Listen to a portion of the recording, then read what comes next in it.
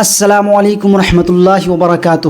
محرم الحرام کا چاند دیکھنے کے بعد آپ یہ 3 کام کریں، یعنی 3 کام آپ ضرور کریں اس رات کو۔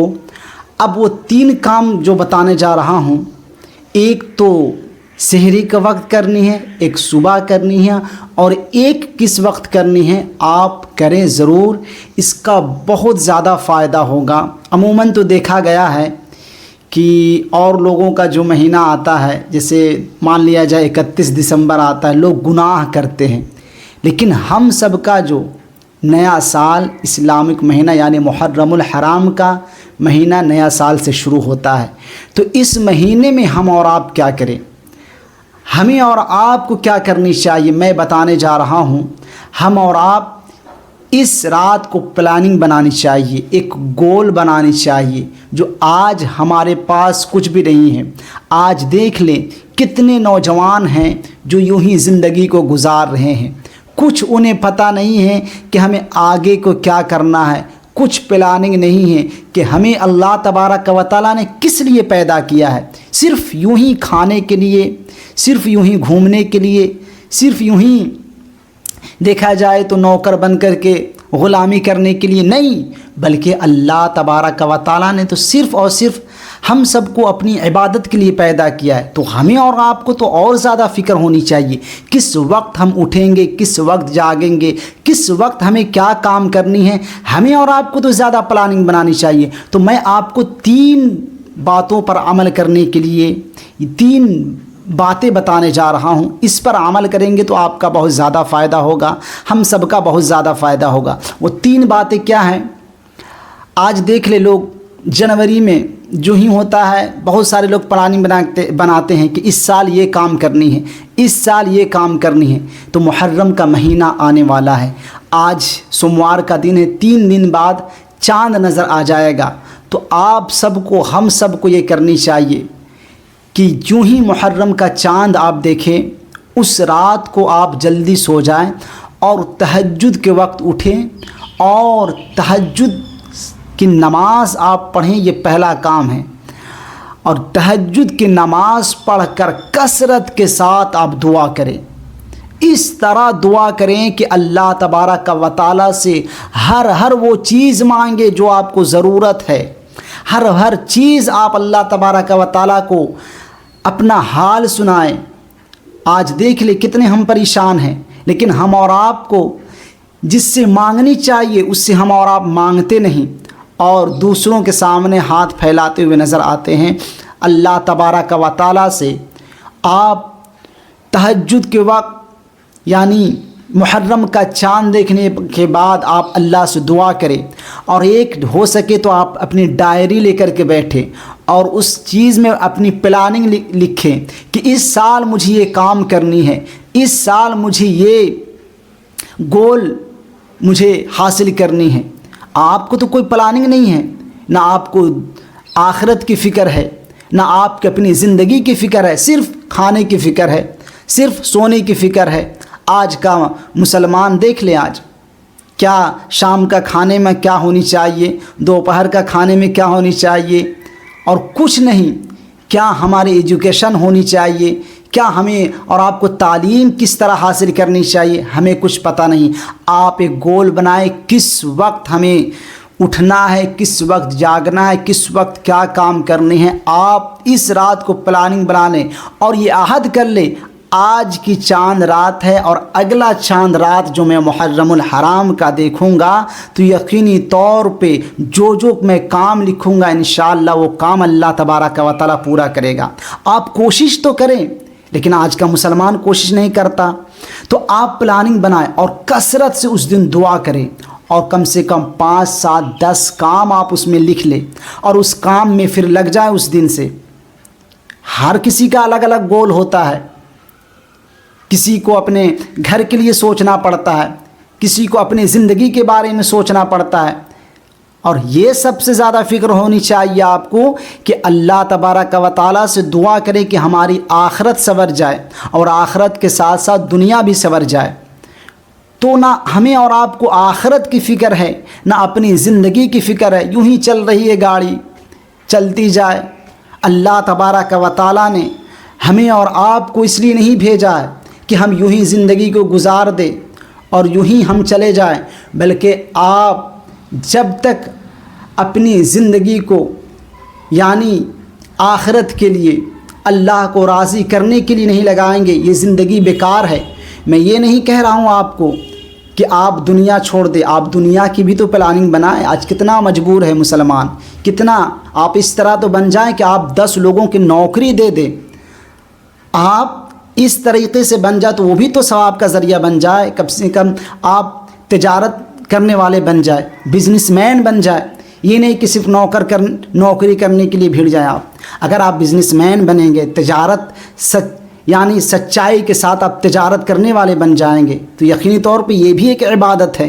سچا تاجر یعنی انبیاء کے ساتھ قیامت کے دن اٹھایا جائے گا۔ تو آپ پلاننگ بنائیں، کھانے کی فکر چھوڑ دیں، سونے کی فکر چھوڑ دیں، اور چاند رات کی صبح سے آپ 10 کام لکھ لیں کہ اس ایک سال میں یہ چھوٹے چھوٹے، میں یہ نہیں کہہ رہا ہوں کہ آپ 10 کام لکھ لیں کہ 10 یعنی ایک سال میں اللہ تبارک و تعالیٰ ارب پتی بنا دے۔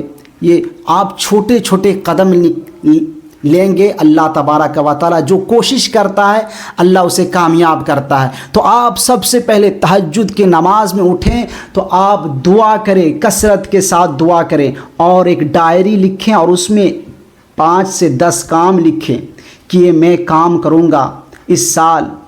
میں اس سال 5 وقت کی نماز پابندی کے ساتھ پڑھوں گا، اس سال گناہوں سے بچ کر اپنی زندگی کو گزاروں گا، اپنے دل سے حسد، کینہ، بغض ساری چیز میں نکال کے پھینک دوں گا، اور میں یعنی اخلاص کے ساتھ زندگی گزاروں گا، لوگوں کی مدد کروں گا۔ کم سے کم یہ آپ پلاننگ تو بنا سکتے ہیں۔ اور پھر اس کے بعد دوسرا کام یہ کریں کہ قرآن پاک کی تلاوت کریں، اور اس نے عہد کری کہ روزانہ میں کچھ نہ کچھ آیتیں قرآن پاک کی تلاوت کروں گا۔ اور اس دن تیسرا کام یہ کرے کہ صدقہ و خیرات کریں۔ میں تو پلاننگ پہلے بتا دیا ہوں کہ آپ کو کیا کیا کرنی ہے، کثرت کے ساتھ دعا کریں آپ۔ تیسرا وہ کہ اس دن آپ صبح میں صدقہ و خیرات کریں، کیونکہ صدقہ یعنی کرنے سے اللہ تبارک و تعالی رزق میں برکت عطا فرماتا ہے، بلاؤں سے اللہ تبارک و تعالی حفاظت فرماتا ہے، اور ہر طرح کی بیماری سے اللہ حفاظت فرماتا ہے۔ تو بیماری، بلا، تنگ دستی کے لیے صدقہ سے بڑھ کر کوئی چیز نہیں ہے۔ تو اس دن صدقہ آپ کریں، یعنی قرآن پاک کی تلاوت کریں، صدقہ کریں، اور اس دن اپنی زندگی کے لیے گول بنائیں۔ کہ میں یہ نہیں کہہ رہا ہوں کہ آپ صرف یوں ہی گول بنائیں، بلکہ آپ چھوٹی سے قدم اٹھائیں۔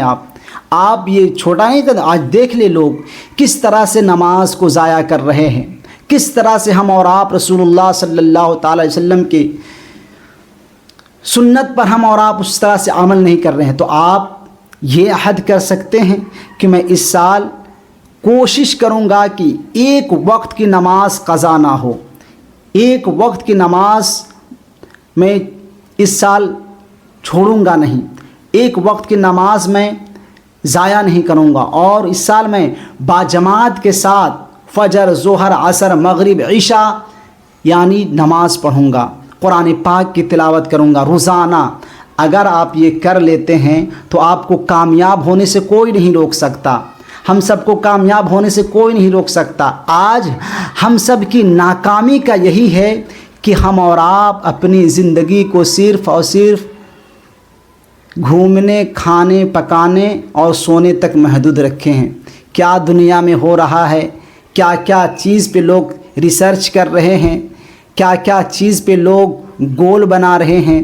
آج مسلمانوں کے پاس کوئی گول نہیں ہے۔